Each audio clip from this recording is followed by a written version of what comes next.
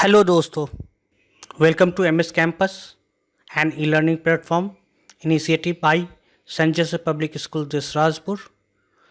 दोस्तों, आज हम पढ़ेंगे इक्वालिटी इन इंडियन डेमोक्रेसी का 6th पार्ट। आज इस पार्ट में हम जानेंगे issues of countries of order democracy के बारे में, जिसमें हम एग्जाम्पल लेंगे अमेरिकन राइट सिविल मूवमेंट का और समझने की कोशिश करेंगे कि इंडिया में ही नहीं और भी डेमोक्रेटिक कंट्रीज़ हैं जहां पर इक्वालिटी को लेकर इश्यूज़ आते हैं। तो चलिए शुरू करते हैं हमारा आज का पार्ट।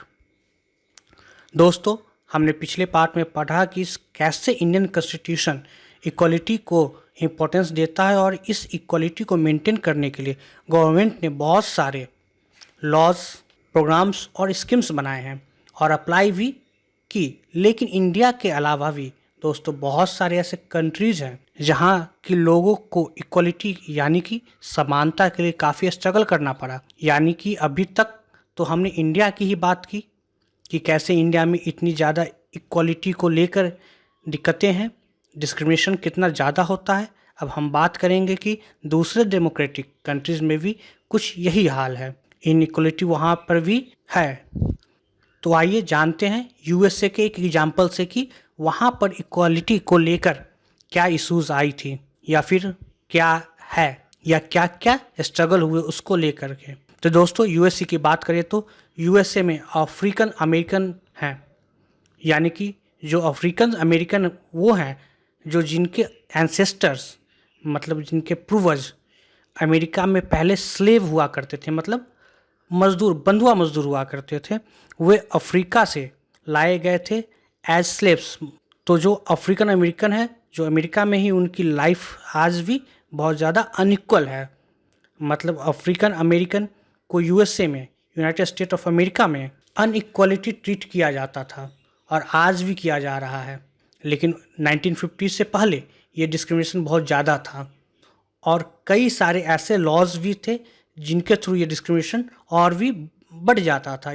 यानी लोग तो डिस्क्रिमिनेशन करते ही थे, बट उनको जो सपोर्ट मिलता था वो कॉन्स्टिट्यूशन में मौजूद लॉज से मिलता था। वो कैसे देखते हैं। जैसा कि दोस्तों, पहले बसेस में अफ्रीकन अमेरिकन्स को या तो बैक सीट में बैठना अलाउड था या फिर उन्हें अपनी सीट किसी वाइट पर्सन के लिए वेकेट करनी पड़ती थी, यानी कि छोड़नी पड़ती थी। यानी कि अगर कोई बैठा हुआ है अफ्रीकन अमेरिकन बस की सीट पर और कोई वाइट पर्सन वहाँ पर आ गया तो उसको वहाँ पर अपनी सीट छोड़नी पड़ती थी वाइट पर्सन्स के लिए। ये रूल था। बताइए किस लेवल पर डिस्क्रिमिनेशन था 1950 से पहले। दोस्तों, इसी डिस्क्रिमिनेशन और इनइक्वलिटी के अगेंस्ट 1950 में अमेरिका में एक छोटा सा इंसिडेंट से American civil right movement start हुआ। अमेरिकन सिविल राइट मूवमेंट, और ये छोटा सा अमेरिकन नागरिक अधिकार आंदोलन जिसे कहा जाता है हिंदी में, ये छोटा सा इंसिडेंस आखिर क्या था आइए जानते हैं। दोस्तों, हमने अभी जाना कि बसेस में अफ्रीकन अमेरिकन्स वाइट के लिए अपनी सीट वेकेट करनी पड़ती थी, यानी छोड़नी पड़ती थी। तो फ्रेंड्स, ऐसे ही 1 दिसंबर 1955, 1 दिसंबर 1955 की बात है कि एक अफ्रीकन अमेरिकन वोमेन जिनका नाम रोज़ा पार्क्स था, उनकी सीट खाली करने को कहा गया तो उन्होंने साफ मना कर दिया। उन्होंने अपनी सीट नहीं छोड़ी और उन्होंने मना कर दिया, और रोज़ा पार्क्स के इसी रिफ्यूज़ल ने सारे अफ्रीकन अमेरिकन में इनइक्वालिटी के खिलाफ लड़ने की मूवमेंट शुरू कर दी और यही मूवमेंट आगे चलकर सिविल राइट मूवमेंट कहलाई। बेसिकली दोस्तों, अगर इनइक्वालिटी हो रही है किसी भी के साथ, एक छोटी सी शुरुआत की ज़रूरत होती है, एक छोटे से रिफ्यूज़ल की ज़रूरत होती है और वही जाकर एक मूवमेंट बनता है जो सबके लिए बेनिफिट भी लाता है। तो दोस्तों, सिविल राइट मूवमेंट शुरू हुआ था और इसी मूवमेंट की वजह से 1964 में सिविल राइट एक्ट आया, जिसके अकॉर्डिंग रेस मतलब स्किन का कलर, रिलीजन और नेशनल ओरिजिन मतलब कि सो पर्सन किस कंट्री में बॉर्न हुआ है, तो इन सब चीज़ों के आधार पर जो डिस्क्रिमिनेशन होता था उसके अगेंस्ट ये आया था। अमेरिकन सिविल राइट जो मूवमेंट हुआ था उसके अगेंस्ट ही हुआ था। इसके बेसिस पर किसी के साथ डिस्क्रिमिनेशन नहीं होगा। जो अमेरिकन सिविल एक्ट आया उसमें कहा गया कि बर्थ प्लेस के अनुसार, कलर के अनुसार, कास्ट के अनुसार, इन सब चीज़ों पर डिस्क्रिमिनेशन नहीं होगा। इसके साथ ही क्या हुआ कि अफ्रीकन अमेरिकन चिल्ड्रन को सेपरेट स्कूल में पढ़ने नहीं जाना पड़ेगा, क्योंकि इस एक्ट के अकॉर्डिंग वो बच्चे अमेरिका के किसी भी स्कूल में पढ़ सकते थे। उनमें भी जो स्कूल्स पहले से सिर्फ वाइट के लिए थे, क्योंकि जब तक सिविल राइट एक्ट नहीं आया था तब तक तो बहुत ज़्यादा डिस्क्रिमिनेशन था, बड़ों के साथ साथ बच्चों के साथ हर जगह। लेकिन इस एक्ट के बाद बहुत सारे बदलाव आए दोस्तों। सिविल राइट के लागू होने के बाद अमेरिका में अफ्रीकन अमेरिकन पीपुल की कंडीशन में इम्प्रूवमेंट हुआ, लेकिन ये इम्प्रूवमेंट काफ़ी नहीं था, क्योंकि अब भी अफ्रीकन अमेरिकन कम्युनिटी के ज़्यादातर लोग बहुत ज़्यादा गरीब थे।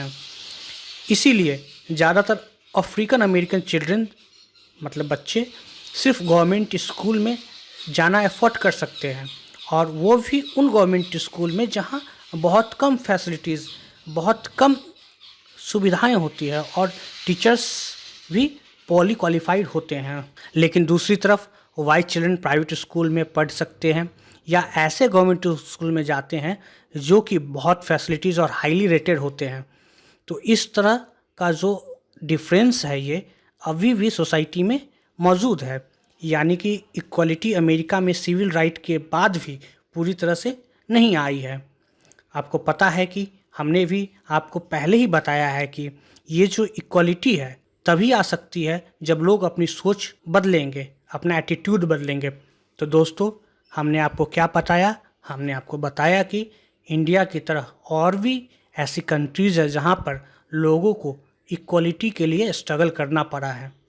ऐसा ही कंट्री है यूएसए।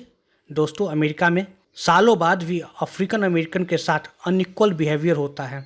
1950 से पहले कई सारे ऐसे लॉज भी थे जिनसे अफ्रीकन अमेरिकन के साथ डिस्क्रिमिनेशन होता था। जैसे बसेस में वे लोग या तो बैक सीट पे बैठ सकते थे, या फिर अगर कोई वाइट पर्सन खड़ा होता है तो उसके लिए अपनी सीट खाली करनी पड़ती थी।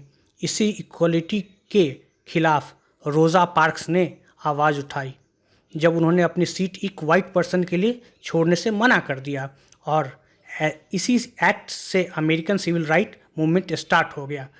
दोस्तों, 1964 में सिविल राइट एक्ट आया, जिसके अकॉर्डिंग किसी के साथ उसके रेस, रिलीजन या नेशनल ओरिजिन के बेसिस पर डिस्क्रिमिनेशन नहीं होगा।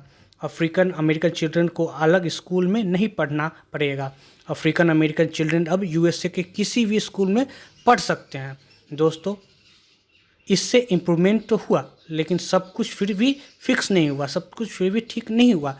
जैसा कि आज भी ज़्यादातर अफ्रीकन अमेरिकन बहुत ज़्यादा पुअर हैं, गरीब हैं। वो सिर्फ गवर्नमेंट जाना अफोर्ड कर सकते हैं, यानी अपने बच्चों को भेजना अफोर्ड कर सकते हैं। वाइट चिल्ड्रन प्राइवेट स्कूल में जा सकते हैं या फिर हाईली रेटेड पब्लिक स्कूल में जा सकते हैं, क्योंकि वो अफोर्ड कर सकते हैं।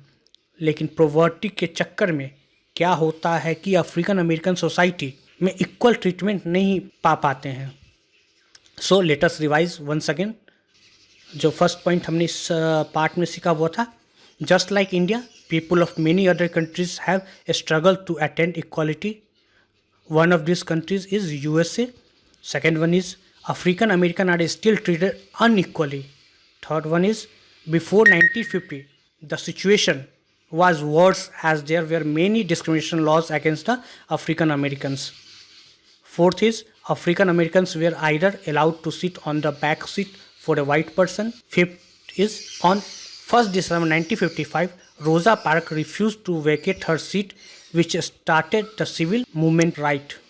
इतना ही था इस पार्ट्स में। आज हमने equality in democracy classic civics का फर्स्ट चैप्टर ख़त्म किया।